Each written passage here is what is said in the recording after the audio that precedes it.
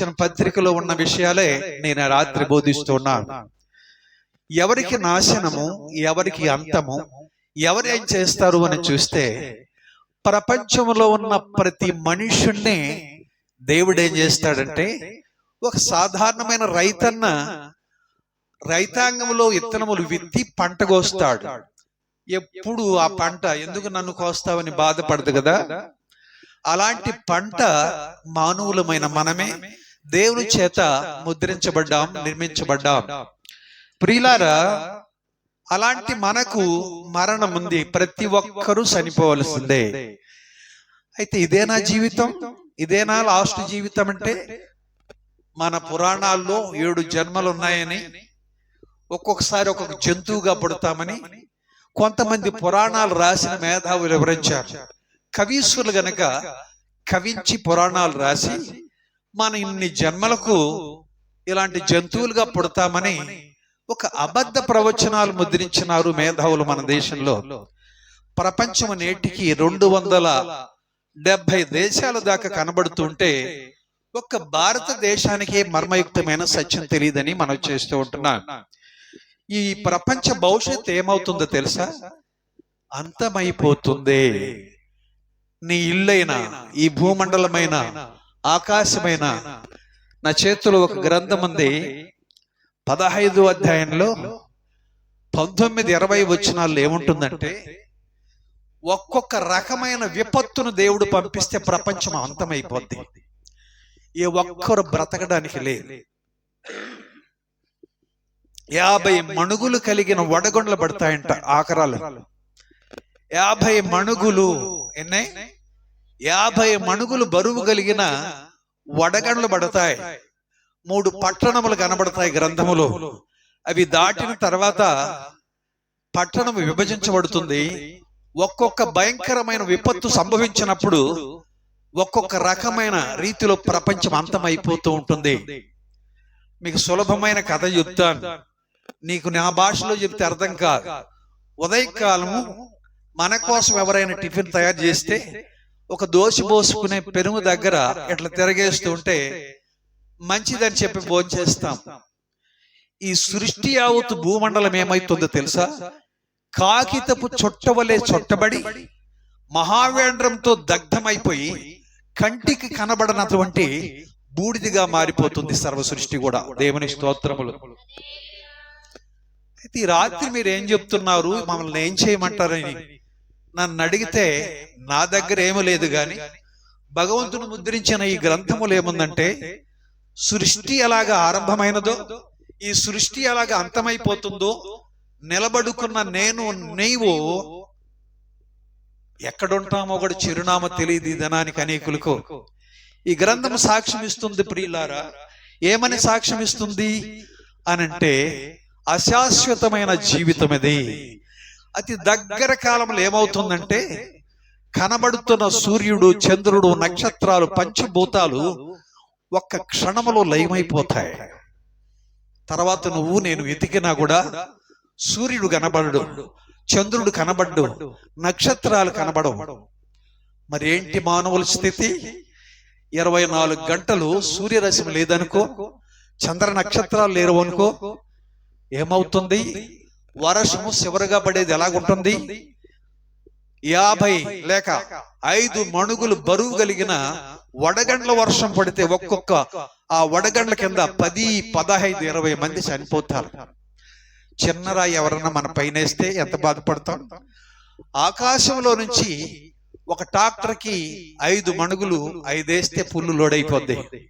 అలాంటి వడగళ్ళు మన ఇండ్ల పైన, మన బిడ్డల పైన పడ్డప్పుడు ఈ విపత్తి ఎప్పుడు రాలేదే, ఈ అపాయం ఎప్పుడు సంభవించలేదే, అయ్యో ఎంత దారుణం, ఎంత దారుణం అని గుండెలు బాదుకునే రోజు ఒకటి వస్తుంది. అయితే ఎంతకేంటండి మీరు చెప్పేది? మమ్మల్ని ఏం చేయమంటారు? ఆ విపత్తు నుంచి తప్పించుకోవాలంటే మమ్మల్ని ఏం చేయమంటారనే ఒక ప్రశ్న నీకు ఉండవచ్చు. మన భారతదేశంలో కోరుకున్నన్ని దేవుళ్ళు దేవతలు ఉన్నారని భ్రమసిపోయి మనకు నచ్చిన భక్తి చేస్తూ ఉన్నాం. అయితే ఈ సృష్టి అంతానికి ముందు తెలుసుకోవాల్సిన ప్రాముఖ్యమైన విషయం ఏంటంటే, ఉన్న పాటున ఉన్న చోటున ఏ దేవుడైతే ఈ సృష్టిని కలగజేసినాడో, ఏ దేవుడైతే పంచ ప్రణాళిక కలిగి పంచభూతములను నిర్మించినాడో ఆ దేవుని చేతిలో ఉంది ప్రపంచమంతా కూడా. కూర్చున్న మీరు, నిల్చున్న నేను, రంగు లేక మనకున్న ఆకార ఆకృతి వేరువేరుగా ఉండవచ్చును. మన భారతదేశంలో వేరువేరు జనాలు అన్నమాట. వేరువేరు జనాలంటే అర్థం ఏంటి? మీకంటూ ఒక కులం ఉంది, మీకంటూ ఒక మతం ఉంది. ఈ కుల మతాల మధ్య స్వార్థం ఉంటుంది, యథార్థం నశించిపోతుంది. నేను గొప్ప, మేము గొప్ప, అది మంచిది కాదు, ఇది మంచిదని చెప్పుకునే దాని దగ్గర మానవునికి సప్త వ్యసనములలో ఒక భాగము అసూయ, ఒక భాగము ద్వేషము, ఒక భాగము ఎదుటి వ్యక్తిని ప్రేమించలేకుండా పోవడము. వీటి నడుమ అనేకులు చనిపోతారు. మొన్ననే ఎలక్షన్ జరిగింది భారతదేశంలో, ఆంధ్ర రాష్ట్రంలో. అనేకులు వారి స్వార్థానికి చచ్చిపోతున్నారు, చంపేస్తూ ఉన్నారు. చిన్న కుర్చీ కోసం, చిన్న అధికారం కోసం. ఈ నాశన కూపములో నుంచి మనం ఎప్పుడు బయటపడతామంటే, ఒక దినాన్ని ఈ భూమి అంతమైపోయిన తర్వాత నీతిమంతులు అనబడిన వారికి దేవుడు సహాయం చేస్తాడు. ఏ రూపేణా, ఎట్లా సహాయం చేస్తే ఈ విపత్తు నుండి, ఈ భయంకరమైన స్థితి నుండి తప్పించబడతాము అని నువ్వుగా అనుకుంటే, ప్రియమైన స్నేహితుడా, సహోదరి, నా ప్రియ తల్లిదండ్రులులాగాను అన్నదమ్ములుగాను స్వచ్ఛమైన సత్యాన్ని రాత్రి మీకు తెలియజేస్తున్నా. ఎవరెవరండి ఆ దేవదేవుని దగ్గర ఉంటారు? ఎవరెవరండి దేవుడి దగ్గర కాకుండా నరక కోపానికి వెళ్తారంటే రెండు దారులు. ఒక దారేమో దేవుడుండే స్థలానికి వెళ్ళాలి ప్రతి మానవుడు. ఒక దారేమో దేవుడు లేనటువంటి చీకటి బిలములు దాటి గణగణ గణగణ గణగణ గణగణ మండుచున్న అగ్ని గంధకాల దగ్గరికి చనిపోయిన తర్వాత నేనైనా నువ్వైనా రెండవ మార్గము నరక కోపంలోకి వెళ్ళాలా. దాని చిరునామా మీకు ఎవరికైనా తెలుసా? దాని డోర్ నంబర్ మీకు తెలుసా? మోక్షానికి ఉండే చిరునామా మీకు తెలుసా? ఏ పుస్తకము కూడా అడ్రస్ తెలియచేయలేదు. నా చేతిలో ముద్రించబడిన భగవంతుని గ్రంథం అంటుంది, ఇదిగో ఆకాశము, భూమి, ఆకాశములు ఇక్కడున్నాయి. వీటన్నిటినీ సృష్టించిన వాడు అంతము చేస్తాడు. ఇవి అంతమైపోయిన తర్వాత ఒక కొత్త సృష్టి అనగా దివ్యమైనటువంటి మోక్షము. మనము ఎక్కడ ఒక ఆకాశం మనకు అడ్డు ఉండదు. మనమందరితో కూడా దేవుడే ఉంటాడు, మనము దేవునితో కూడా ఉంటాం. ఇక మరణం అంటూ ఉండదు, మరణము ఉండదు, అనారోగ్యము రాదు, ఆకలి దప్పులు ఉండవు.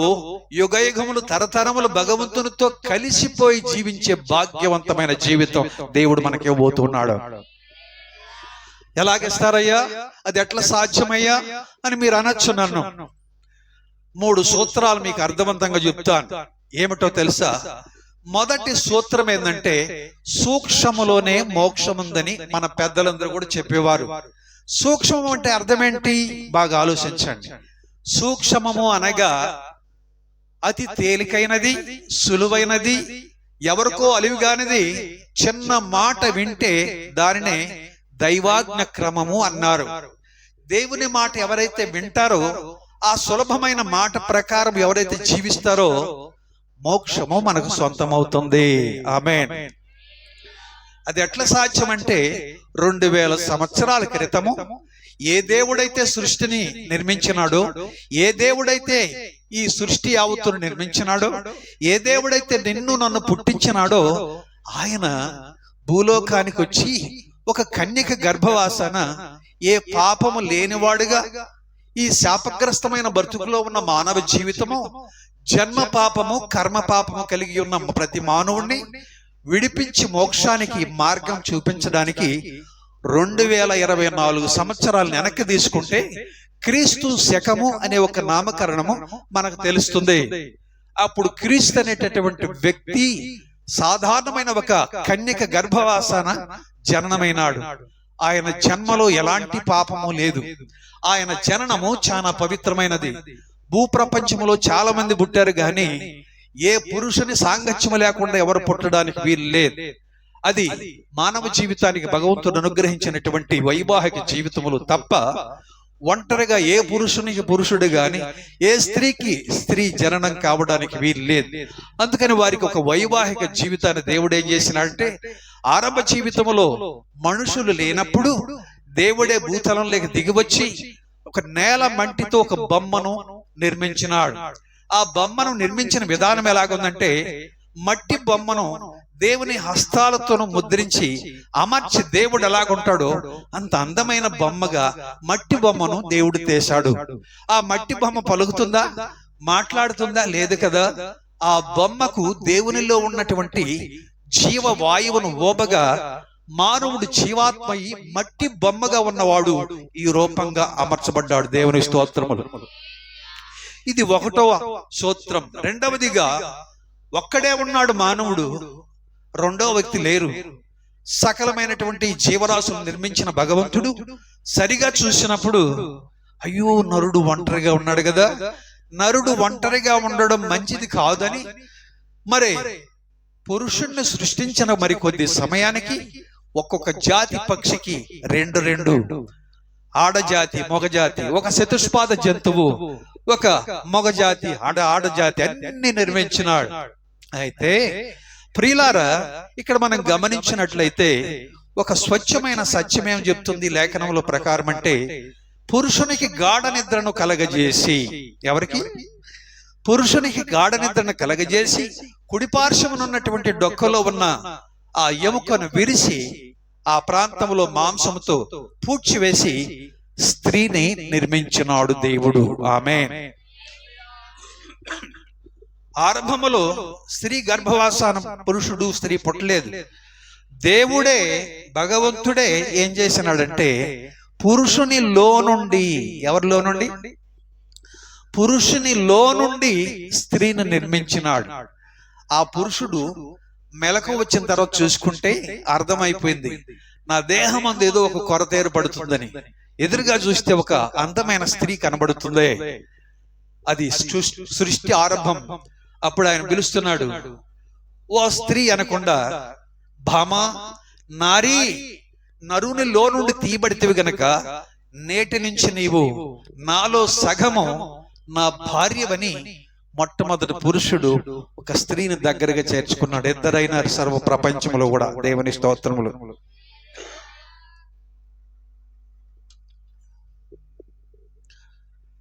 ఇద్దరికి మాత్రమే దేవుని హస్తాలు పనిచేసి, ఈ ఇద్దరితో దేవుడు ఏం చెప్పినాడంటే, ఇదిగో ఇది ఒక వనము, ఈ వనమును కోరుకున్న ఫలములన్నీ ఉన్నాయి, భోంచేయండి, మీకు మీరుగా ఫలించండి, ఆరోగ్యదాయకంగా బ్రతకండి, ఇదిగో శాపగ్రస్తమైన దాన్ని ముట్టబాకండి అని ఒక ఆజ్ఞ పెట్టి ఈ స్త్రీ పురుషుల్ని ఫలించండి అన్నాడు.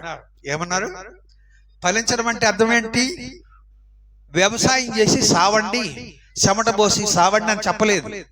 ఈ చల్లని తోటలు ఫలములన్నీ భోంచేసి మీరు ఒకరినొకరు అర్థం చేసుకొని భగవద్ధ్యానం చేస్తూ దేవుని కోసం బ్రతకండి అని ఒక ఆజ్ఞ ప్రవేశపెట్టాడు దేవుడు. దేవుని స్తోత్రములు. ప్రవేశపెట్టినప్పుడు దేవుని శక్తి అంటే ఏమిటో, దేవుని భక్తి అంటే ఏంటో వారిద్దరికే తెలుసు, కానీ మనకెవరికి తెలియదు. వారిద్దరూ ఒకే వనములో కొన్ని సంవత్సరాలు జీవించిన జీవితం, దేవునితో కలిసి జీవిస్తున్న పవిత్రమైన జీవితం.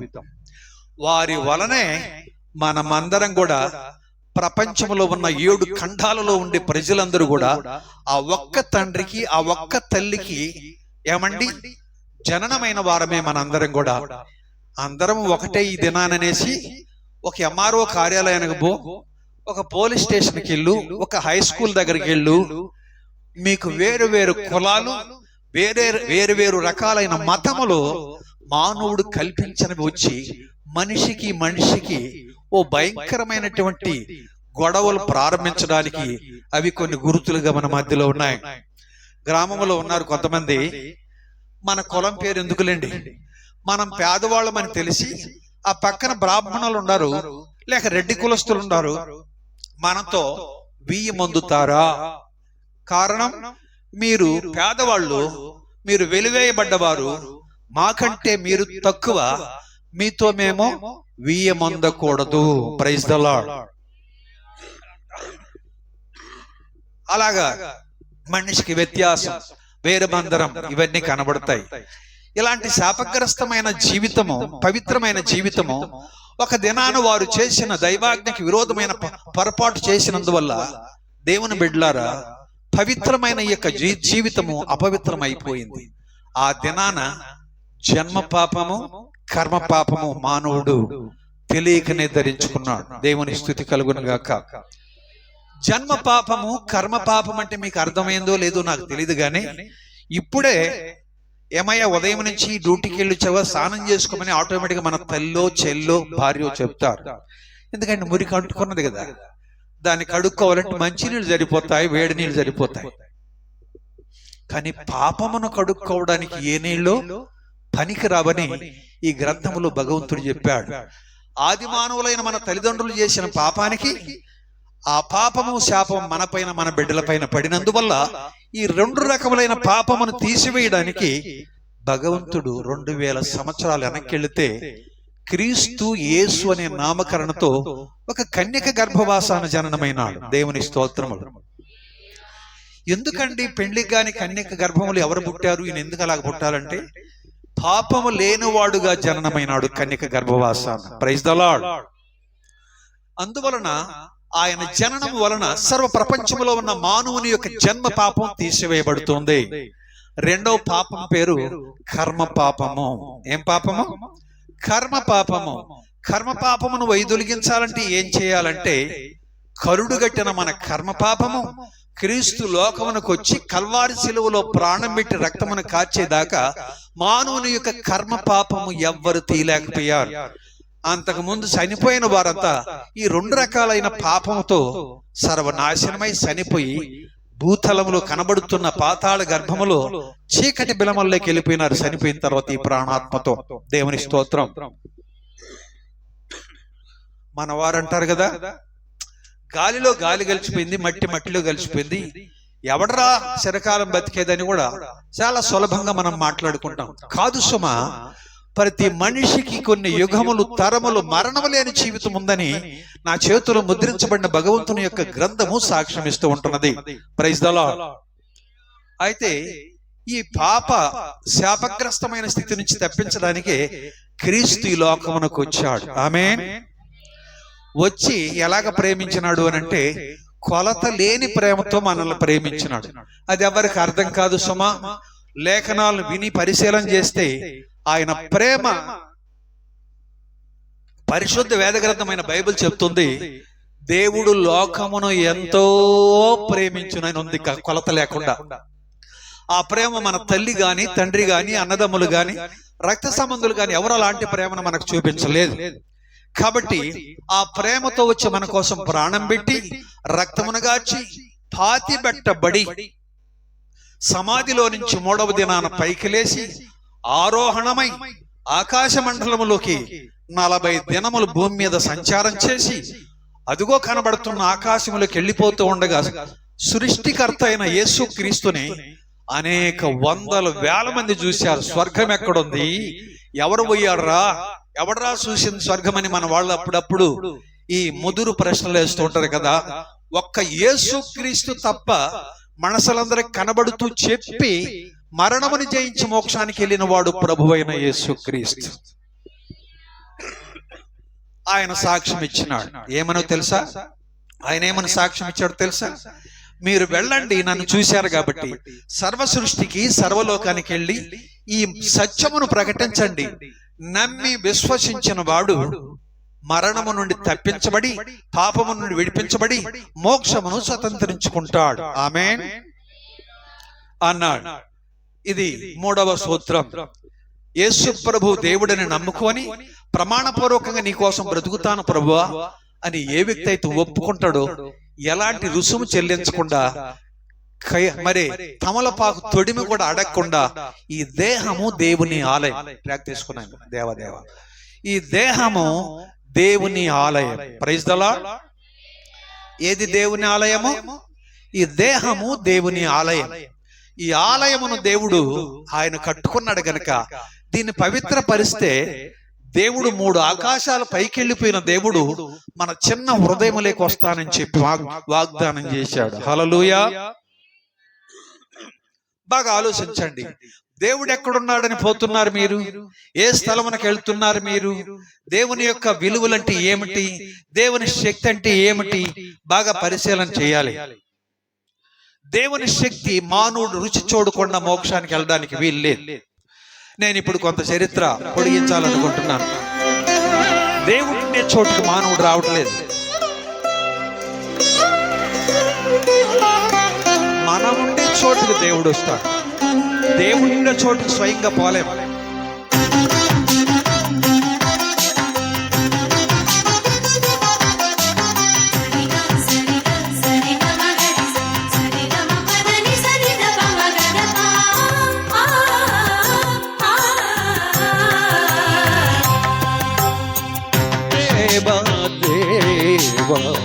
ఓ యేసుదేవా, దేవా దేవా, ఓ యేసుదేవా, దేహము తోడనే దేహియులేదా, దేహము తోడనే దేహియులేదా, దేహియులేనిచో దేహము నెచ్చట, దేవా దేవా, ఓ యేసుదేవా.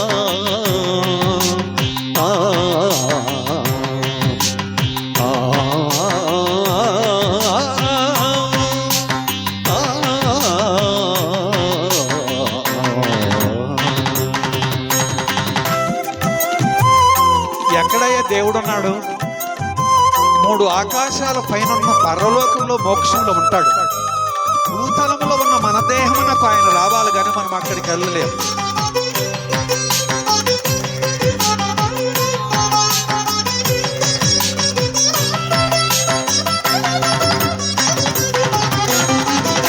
నీవున్న చోటుకు నే వచ్చుటకై, నీవున్న చోటుకు నీ వచ్చితివా, నీవున్న చోటుకు నే వచ్చుటకై, నీవున్న చోటికి నీ వచ్చితివా. అద్భుతమైనది అవనిలో రాకడ, అద్భుతమైనది అవనిలో రాకడ, ఆశ్చర్యమైనది అందరి పోకడ. దేవా, ఓ యేసుదేవా,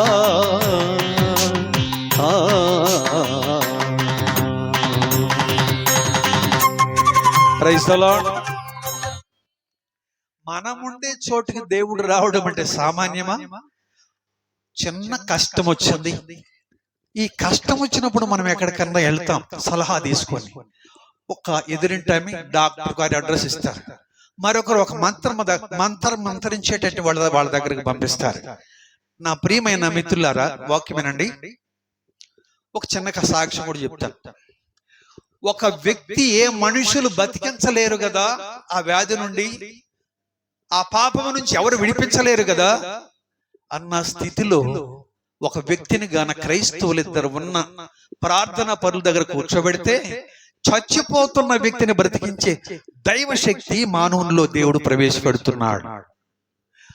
అందుకని నేను ఈ ప్రాంతానికి ఎవ్వరు రానప్పుడు, ఈ ప్రాంతంలో రక్షణ సువార్త అంటే ఏమిటో తెలియనప్పుడు, ఆలత్తూరు రోడ్డు నుంచి ఈ మార్గంలో నడిచిపోతూ సువార్తను ప్రకటించాను నేను.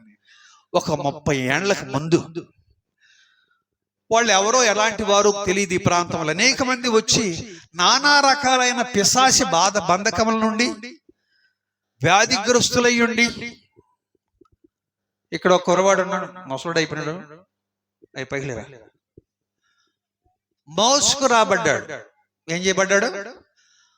తీసుకురాబడ్డాడు. ఇట్లా దగ్గరకు రా. ఏం పేరు ఇప్పుడు? పెతరా, పేతురు, పేతురు, పేతురు. Very good. మన మందిర్లోనే నాకు పేరు పెట్టిందంట. రైట్ రైట్ నాయన, ఇంక కూర్చో, ఇంక కూర్చో.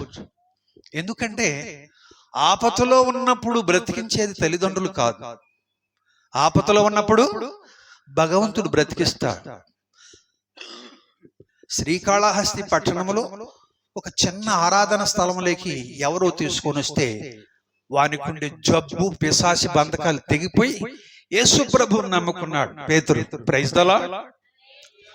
ఆ తర్వాత ఆదివారం ఎవరైనా ఖాళీ చేతులతో వస్తారేమో గాని అతడు కట్టి మోపుతో కాళహస్తికి వస్తాడు. ఆ కట్టి మోపు అప్పుడే పేదవాళ్ళకి అన్నం పెడుతుంటే కట్లు కొనకుండా మోసుకొచ్చిన వాళ్ళు అతడు ఒక వ్యక్తి. దేవుని స్తోత్రములు. అవును, ఆ రోజుల్లో ఇంత చక్కని బట్టలు లేవు. సగం లుంగి కట్టుకొని చాలా బక్కసిక్కిపోయి పతనమైపోయిన జీవితంలో కట్టబడ్డాడు. దేవుని శక్తి మనతో ఉందా లేదా పరిశోధించుకోవాలంటే ఒక మాట చెప్తాను. మీకు బంధువులు ఎవరైనా ఉండారో లేదు, నాయుడుపేట దగ్గర పుదూర్ అనే గ్రామం ఉంటుందండి. ఏ గ్రామం? పుదూర్ అనే గ్రామంలో బాగా చదువుకున్నవాడు దయానందం అని ఒక సహోదరుడు ఉన్నాడు. లివర్ క్యాన్సర్ వచ్చిందండి. ఏం క్యాన్సర్? ఈ లివర్ క్యాన్సర్ వచ్చి ఈ పొట్ట ఏమైపోయిందంటే సదరంగా ఉండవలసింది ఆ ఆస్తి వచ్చేసింది. ఏదో నా పని మీద నేను వెళ్ళిపోవాలని అందులో ప్రార్థనకి వెళ్ళాను. ఉదయం 9 గంటలకి ఒక ఆటో వచ్చి నిలబడింది. బాగానేనమ్మ తల్లి. ఆటో నిలబడితే దాంట్లో ఒక 10-12 మంది నాయుడుపేట నుంచి వచ్చారు. వాళ్ళు ఎవరో తెలియదు నాకు. అందరూ ఇలాగ ఏడ్చుకుంటూ దండం పెడుతున్నారు. ఎవరు ఎక్కడి నుంచి వచ్చారు అని వారు అన్నారు, అయ్యా మాది నాయుడుపేట దగ్గర ఒక గిరిజన సెంటర్ పుదూరు దగ్గర. అయితే ఇప్పటికి ఈయనకి డబ్బులు చాలా డబ్బులు మా స్తోమతకి మించి ఇల్లు స్థలము వ్యవసాయం అన్ని కుదవబెట్టి పెట్టాం. ఈ జబ్బెంక పాదు ఏమన్నారు? అవును, 1100 రూపాయలు పెడితే ఒక ఇంజక్షన్ వేస్తే ఒక రోజు బతుకుతున్నాడు. తిరుపతిలో ఒక పెద్ద హాస్పిటల్లో ఉన్నప్పుడు ఇంక తీసుకెళ్ళండి అని చెప్పారు. ఎవరో పక్కన ఒక సహోదరి ఉండి ఒక మాట అందంట, మీరు ఏ ఊరు ఎక్కడి నుంచి వచ్చారంటే నాయుడుపేట నుంచి అమ్మా, ఒక చిన్న సలహా ఇస్తాను పాటిస్తారా అంటే చెప్పండి అమ్మా అన్నారట. ఆ స్త్రీ మన మందిరం దగ్గర దాకా వచ్చి ఆ బస్సులో తీసుకుపోతా ఉంటే అదిగో ఆ కనబడుతున్న మందిరాలయానికి గాను మోసుకొని పోతాయని. ఏమో ఆయన దేవుని దయ ఉంటే ఇలాంటి వ్యాధులు దేవుడు బ్రతికించే వాళ్ళు చాలా మందిని మనం చూసాము. మద్రాసు హాస్పిటల్ నుంచి క్యాన్సర్ వ్యాధిగ్రస్తులు చాలా బాగుపడ్డారు.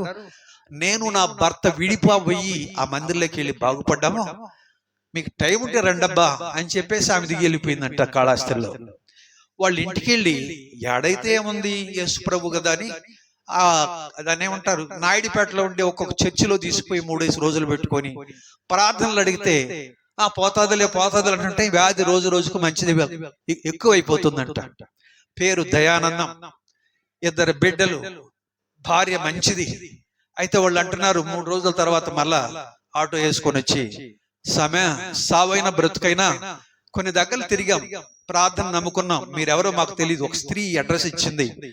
3 దినాల క్రితం వెళ్ళాము. అయితే మాకు ఉన్న డబ్బులు అయిపోయినాయి, సాగు తప్ప వేరే మార్గం లేదు నా భర్తగా. నా స్త్రీ బోరమని ఏడుస్తుందండి. సరే నేను తిరుపతికి వెళ్లాల్సిన వ్యక్తిని ఆగిపోయి ప్రార్థన చేసి సహాయం చేశాను. సరే మీకు ఆ నమ్మకం విశ్వాసం ఉంటే దేవుడు గొప్పవాడని తెలుసుకుంటే మీరు ప్రార్థన చేయించుకోండి అంటే మేము పాలేం స్వామి, అంత బోకులు తెచ్చుకొని పాత్రలు తెచ్చుకొని వంట చేసుకుంటాము, ఇంకేరే దారి లేదు. ఎందుకంటే మీరు నమ్ముతారో నమ్మరో మేము గిరిజనులము, మాకు జ్యోతిష్కము దాన్ని ఏమంటారండి రంగం అంటారా, రంగం పెట్టే దేవుడు మాకు మా పెద్దనాయన దగ్గరే పోయి చేపించుకుంటాయని అన్నాడు. ఇదిగో కాళహస్తి పట్టణంలో ఒక ఆలయంలో ఒక భక్తుడు ప్రార్థన చేస్తాడు, ఇక్కడెక్కడ మీకు ఆశ్రయం లేదు, అక్కడికి వెళ్ళండి, అక్కడ మీకు మంచి మార్గం దొరుకుతుందని వాళ్ళ బంధువుల్లో ఆ రంగం పెట్టి ఆయన పంపించినాడంట. Praise the lord. మాకు ఒక రావు నమ్మకం స్వామి, రంగం పెట్టేవాళ్ళు అంటే మా బంధువులే, మా పెద్దనాయనే. 3 చర్చలు తిరిగాము, ఎక్కడ జవాబు లేదన్నారు. సరే మందిర్లో పడుకోబెట్టి ప్రార్థన చేస్తూ ఉంటే ఒక స్త్రీ ఏడ్చుకుంటూ రాత్రింబవళ్ళు ప్రార్థన చేయించుకుంటూ ఆ మందిర్లో కన్నీళ్లు విడుస్తూ ఉన్న సందర్భం. ఉదయం సాయంకాలం ప్రార్థన చేస్తూ ఉంటే ఈ ఆస్తిలో ఉన్న ఈ పొట్టకి ఏ సట్టు వేయడానికి లేదు, బన్నీ నెయ్యలేరు, ఇక్కడ చిన్న లుంగి కట్టిబడుతున్నారు పాపం. అలాంటిది 30 రోజులు దాటి 40వ రోజు దగ్గరకు వచ్చేసరికి ఈ ఆస్తి ఉన్న పొట్ట ఇట్లా కరిగిపోయి గర్భాలయంలో ఉన్న డస్ట్ అంతా కూడా బయటికి కొట్టేశాడు దేవుడు. అవునా, నిజమా అంటే వెళ్ళి అడగండి, తెలుస్తుంది. Praise the Lord. ఇప్పుడు అదే గ్రామంలో ఒక ఆలయం కట్టి ప్రార్థన జరిపిస్తూ ఉండడం కూడా మీరు గమనిస్తారు. దేవుడు ఇలాంటి అద్భుతాలు ఎందుకు జరిగిస్తాడు? దేవుని శక్తి మనతో ఉంటేనే. ఆ అద్భుతాలు చేసిన తర్వాత వారు సాక్షులై ఉంటారా? వెనక్కి వెళ్ళిపోతారంటే బోలెడు మంది మాకు దేవుడు ఉన్నాడండి, మాకు దేవతలు ఉన్నారండి, మేము నమ్మేది కూడా దేవుడేనండి అని ఎగస్ట్రాగా మాట్లాడతారు. కానీ కొంత పరిశీలన చేయం. ఒక గొడ్డల అంగటికి వెళ్ళినావు కదా, 4 రూపాయలు డబ్బులు దొరికినప్పుడు ఆ అంగట్లోకి వెళ్ళిన తర్వాత ఏం చేస్తావంటే, నీ దగ్గరుండే డబ్బులు ఎంతైనా కావచ్చు, ఆ గొడ్డల అంగటి అడుగుతారు, అయ్యా ఇది బాగలేదు, ఇంకొక బేలు దూయి కిందకంట, అది బాగలేదు, ఇంకొకటి కూడా బాగలేదు అని చెప్తూ చాలా శ్రమ పెట్టి నువ్వు కొనేటటువంటి ఒక్క వస్త్రానికి వాడిని రిస్కించేస్తావు. నేను అనుకున్నానప్పుడు, సత్యం తెలియనప్పుడు, చనిపోతే దుర్వాసన కుళ్ళు వాసన కొట్టి ఈ దేహం 24 గంటలు ఎవడు ఒప్పుకోడు, దీనికి మాత్రం మంచి వస్త్రము కావాలని సెలెక్ట్ చేసుకుంటున్నాను నేను. దీన్ని సృష్టించిన వాడెవరో తెలుసుకోలేకపోతున్నానని కొన్ని సంవత్సరాలు నేను కూడా ఏడవలసి వచ్చింది. దేవుని స్తోత్రములు.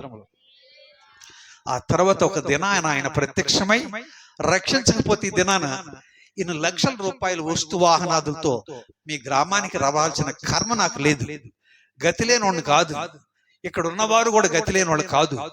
ఎందుకు ఈ ప్రయాసతో వస్తున్నారంటే, దీనికి టైం అయిపోతుంది. దేనికి?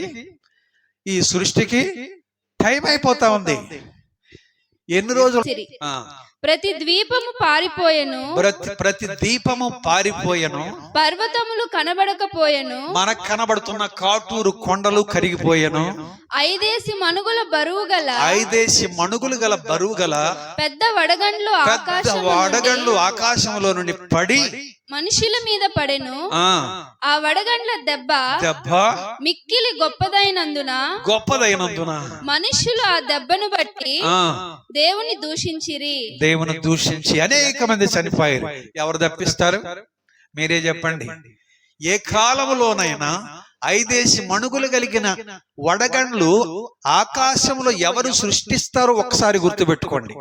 ఇప్పుడు దాకా మన నెత్తిన శనుకులు పడ్డాయి. ఎక్కడి నుంచి పడ్డాయి ఏం చెప్పగలరు మీరు?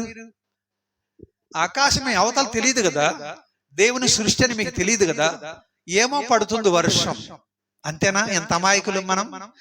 దేవుడు ఉన్నాడని నమ్మే ప్రతి వ్యక్తి కూడా ఆకాశంలో నుంచి వర్షాన్ని పంపే దేవుడు, భూతలంలో నుంచి ఒక గాలిని పంపే దేవుడు, సూర్యచంద్ర నక్షత్రాదులను పంపించిన దేవుడు భూమి మీద నీ ఒక్కరి కోసమే, నరజాతి కోసమే ఈ సృష్టిని కలగజేసిన దేవుడు ఒక దినాన దీన్ని అంతం చేసేస్తాడు. Praise the Lord. అందుకని పురాణాలు ఘోషించాయి, కాలజ్ఞానం ఘోషించింది, ఈ సృష్టి ఏమైపోద్ది, ఆఖరా గడిలో ఎవరొస్తారు భూతలంలోకి అని అంటే, మనం గాన వీరబ్రహ్మం గారి కాలజ్ఞానం గాన చదివితే ఈ సృష్టి అంతం కాబోయే ముందు ఒక ఎత్తైన పర్వతం మీద నుంచి గొప్ప శబ్దముతో ఒక శబ్దం పుట్టినప్పుడు ఆ శబ్దమునకు రాళ్ళు కరిగిపోతాయంట. శిలా పలకాలు కూడా, శిలతో నిండినటువంటి రాళ్ళు కూడా శబ్దం కలిగి సృష్టికర్తని నమ్ముకొనండి. ఆమేన్.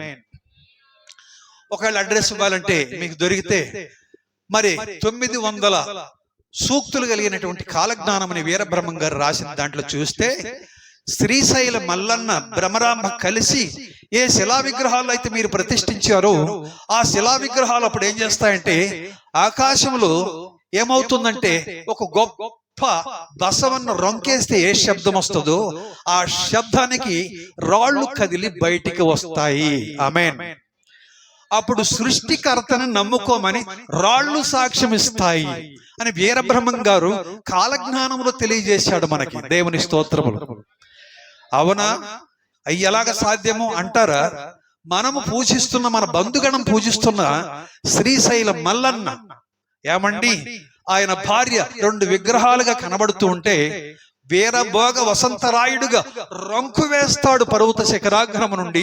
ఆ రంకు వేసిన వెంటనే భూమి మహావేంద్రంతో దగ్ధం కాబోయే ముందు రాళ్ళు మరి పటాపంచలుగా బద్దలవుతాయి. శిలా విగ్రహాలు బయటకు వచ్చి మాట్లాడతాయి. అడుగో సృష్టికర్త వస్తున్నాడు, ఆయన యందు విశ్వాసం ఉంచండి. ఆమేన్. అప్పుడు దాకా విగ్రహారాధన చేసి నమ్ముకునే మనం ఏం చేస్తాం తెలుసా? మమ్మల్ని కప్పండి, భద్రత ఇవ్వండి. ఒక్కొక్క శిలా విగ్రహం దగ్గరికి వెళ్ళి మన అన్ని జనులు అరుస్తుంటే అలాగే చనిపోతారని ఆ 3వ పట్టణం పటాపంచలైపోయిన దగ్గర అన్ని జనులు ఉండాలంట.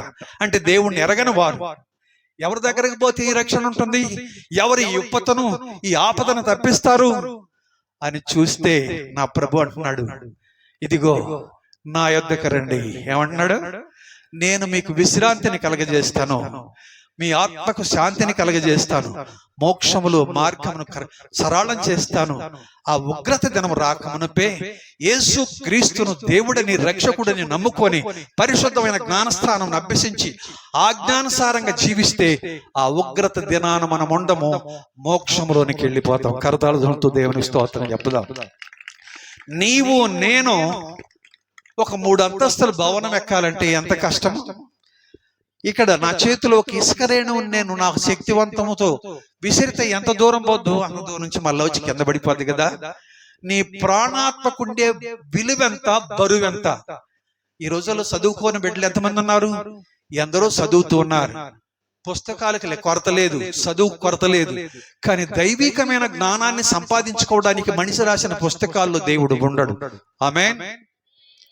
భగవంతుని యొక్క హస్తముద్రిక బైబిల్ గ్రంథం అంటే భగవంతుని స్వహస్తములతో ముద్రించిన గ్రంథం ఇది. ఈ గ్రంథములో ఉన్న స్వచ్ఛమైన సత్యాన్ని బోధించేవాడు అవసరమే, ఆ ప్రకారం నడిచేవాడు అవసరమే.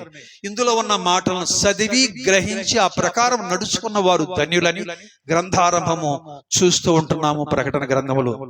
అవును కదా. ఎన్ని విపత్తులు వస్తాయా నిజమా అంటే, ఒకసారి తిరుపతి పట్టణంలో ఒక గొడవ వచ్చిందండి. ఆ గొడవ సమయంలో తిరుపతిలో ఉన్నాను నేను. ఈదల్లో ఒక 100 మంది పైన బ్రాహ్మణులు పిలకలు పెట్టుకున్న వారు నశించాలి నశించాలి, పరాయ మతం నశించాలి, నశించాలి నశించాలి అంటున్న సందర్భంలో విలేకరులు అక్కడే ఉన్నారు. కారణం ఏంటో తెలుసా? ఎవరో విదేశాల్లో చదువుకుని ఒక ముస్లిం బిడ్డ ఒక కాలేజీ నిర్మిస్తుంది ఆ కొండ కింద.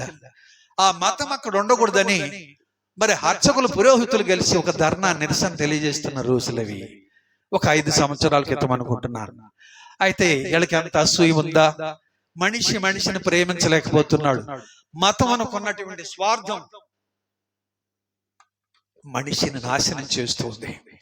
ఆ దినం నేను చెప్పాను, కొంతమంది విలేకరులు అడుగుతున్నారు, వాళ్ళని ఎవరి దగ్గర సమాధానం లేదు. ఏమయ్యా, ఒక దినం వస్తుంది, కాలజ్ఞానంలో ఒక పాఠ్యభాగంలో ఏమని రాశాడు వీరబ్రహ్మం గారంటే, అతి శీఘ్రంగా భగవంతుడు అనేవాడు భూతలం లేక వచ్చే ముందు ఏం జరుగుతుందంటే, అదిగదిగదిగదిగో 7 కొండల మీద ఉన్నట్టు మొదటి దర్వాజా దగ్గర తూర్పు దిక్కున ఉన్నటువంటి ఇస్లామిక్ జనాంగం దాన్ని పగలగొట్టి లోపల జ్వరబడి తిరుమల కొండని స్వతంత్రించుకుంటారని మరి కాలజ్ఞానంలో రాసి పెట్టుంది.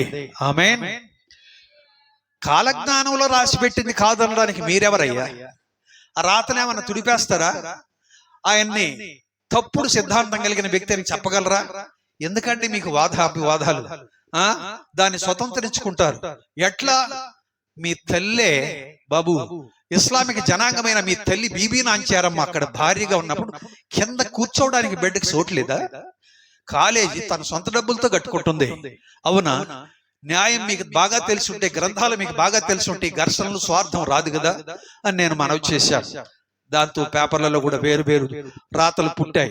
దేవుని బిడ్డలారా, చిన్న గ్రామం ఇది, చిన్న గ్రామం.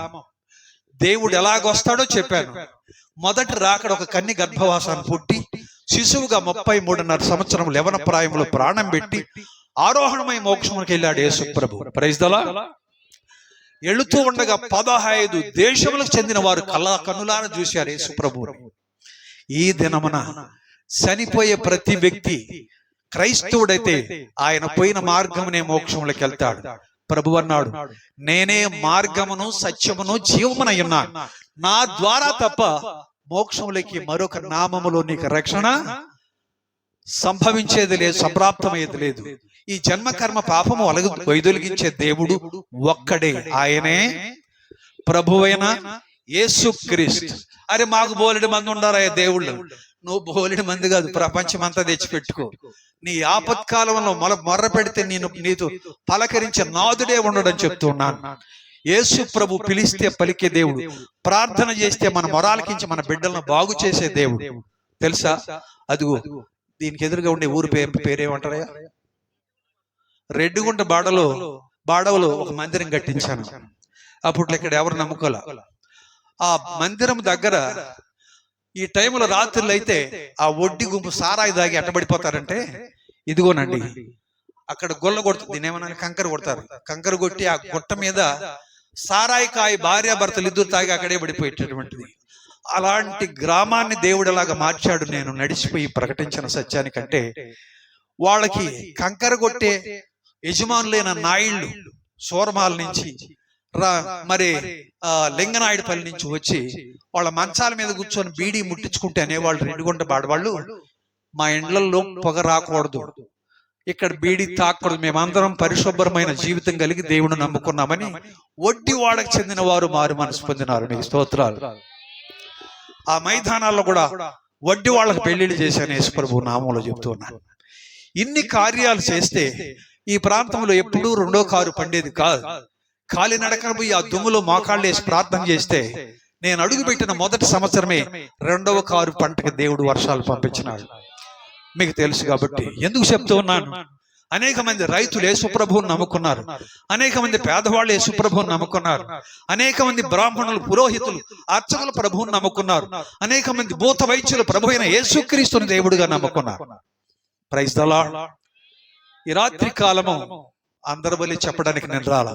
ఈ భూమి అంతం కాపీయ ముందు, నీ బొందిలో ప్రాణముండి దాటుకోక ముందు యేసు ప్రభువుని రక్షకుడుగా నమ్ముకో. పాపక్షమాపణ, ఆత్మరక్షణ దేవుడు అనుగ్రహిస్తాడు. ఎప్పుడు మరణం వచ్చిన మోక్షానికి వెళ్ళే భాగ్యవంతులు మనం అవుతాం. దేవుని స్తోత్రం. కాబట్టి గొప్ప మనసు తెచ్చుకొని మారు మనసు పొందితే మరొక దినాన ఎక్కువ సమయం మీతో ఇంకొక విషయం మాట్లాడడానికి ఇష్టపడుతున్నాను. అనేక దినములు ప్రార్థన చేసి మన గ్రామానికి వచ్చాను. దేవుడి మాటలు దీవించుగాక. మన గ్రామం కొరకు చిన్న ప్రార్థన చేస్తాను. దయచేసి మరి ఎక్కడున్న వారు కూడా, ఒకవేళ ఇది మతం అనుకుంటావేమో, లేక కులం అనుకుంటావేమో, తమ్ముడు చెల్లి, గొప్ప దేవుడు యేసు ప్రభు ఆ మహానుభావుడు నమ్ముకుంటే ఈ లోక రాజ్యాలన్నీ కొట్టుకెళ్ళిపోయే దినాన నీవు నేను మోక్షంలోకి వెళతా. అంతేగాని ఇక్కడ స్వార్థం లేదు. ఈ తెల్లవాళ్ళ డబ్బులు, నల్లవాళ్ళ డబ్బులు మేము తీసుకోవట్లేదు. యేసు ప్రభువు దగ్గర పొందిన ఆశీర్వాదంతో మీ గ్రామానికి వచ్చాం. యేసునందు విశ్వాసం ఉంచుము, అప్పుడు నీవును నీ ఇంటి వారు రక్షణ పొంది మోక్షమును స్వతంత్రించుకుంటారు. ప్రార్థన. కరుణామయుడైన దేవ, జీవము గల ప్రభువా నీకు స్తోత్రాలు. కొద్దిపాటి ఆటంకమన్నా నీ సందేశానికి ఎలాంటి ఆటంకం లేకుండా మీ కృపా వాత్సల్యత మాకు దయచేశారు. మా ప్రియ బిడ్డలు గ్రామమంతా సంచరించి కొన్ని పత్రికలు పంచారు. వందనాలు నాయన, బిడ్డలను దీవించండి. మేము అనేక పనులను వదులుకొని మా కుటుంబాలను వదిలిపెట్టి సంటి బిడ్డలతో సహితం వచ్చి మీ యొక్క నామమును ప్రకటించాం. మా ప్రయాస వ్యర్థము కాకుండా ఈ గ్రామంలో ప్రతి బిడ్డ నీ నామాన్ని నమ్ముకోవడానికి సాయించేది. మీ దీవెన సమృద్ధి గ్రామానికి దయచేయండి. గ్రామంలో కొంతమంది నమ్ముకొని ఉన్నారు, అనేకులు నమ్ముకోవడానికి సాయం చేయమని ప్రశస్తమైన యేసు రక్తాన్ని గ్రామం పైన ప్రోక్షించుకుంటూ మీ దివ్య సన్నిధి మా బిడ్డలకి మాకు దయచేయమని, ప్రకటించిన సత్యానికి నీరు కట్టమని యేసు ప్రభు వారి నామాన ప్రార్థిస్తున్నాము తండ్రి. ఆమేన్. ప్రభువైన యేసుక్రీస్తు వారి కృప, తండ్రి అయిన దేవుని ప్రేమ, పరిశుద్ధాత్మ దేవుని సన్నిధి, సమాధానం సదా మన కుటుంబాలకు సకల పరిశుద్ధులకి తోడై ఆదరించును గాక. ఆమేన్. అందరికీ వందనాలు.